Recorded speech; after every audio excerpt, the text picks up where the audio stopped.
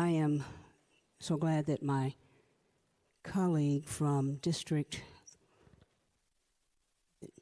13, 20, District 20, mentioned the fact that it's important to fund schools correctly for children. Throughout this legislative session, there has not been one committee meeting of Health and Human Services where my heart has not been broken because we are not doing the right thing for our communities who are differently abled. Yesterday, we considered a bill, and one of the presenters of the bill said that they had to scale it back because the funding that was requested would have expanded the program to include those who are blind or visually impaired. We are not those people. We are not. Do I think we should be voting on a budget that includes funding for schools? But you know what? Even though I respect the governor's desire to expand financial assistance to private schools operating in the states, I cannot, in good conscience, support money going to private schools while we have members of our differently abled community who have no school. We do not have a school here for the deaf, hard of hearing, speech impaired, those who are blind or visually impaired. Who are we when we don't consider that first? School choice? Parents of these children have no choice except to send their children out of state. And that is wrong. That is wrong. I believe that we should be discussing how we're going to fund building a school for the deaf, hard of hearing, speech impaired, those who are blind, and differently abled. And I am appalled at the fact that we have not considered that before now. These parents deserve that.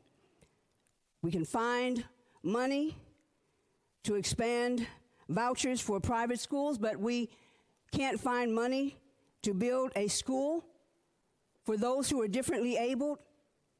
For the last 2 months, I've worked with a gentleman by the name of Gary Folsom, and we've been trying to figure out how to get money to fund a new commission for the blind, for the deaf, for those of hard of hearing and speech impaired. How do we fund a new commission so that they have someone advocating for them on their behalf? And we whittled everything down to $25,000. $25,000. That's less than 4% of what we're talking about giving to private schools. And to my knowledge, we've not been able to find $25,000 for our community that is deaf, hard of hearing, and speech impaired. And so we continue to talk about choice. But I want to ask you something. What do these parents do? You know, the popular refrain is, oh, our schools are failing our children. And know that I didn't go Old Testament on you. Our schools are failing our children. Well, guess what? We are failing the children who are differently abled. How do we exist as a state and we have a community? We've got 8,410 students here in Nevada who are speech language impaired, 524 who are hearing impaired, 1,992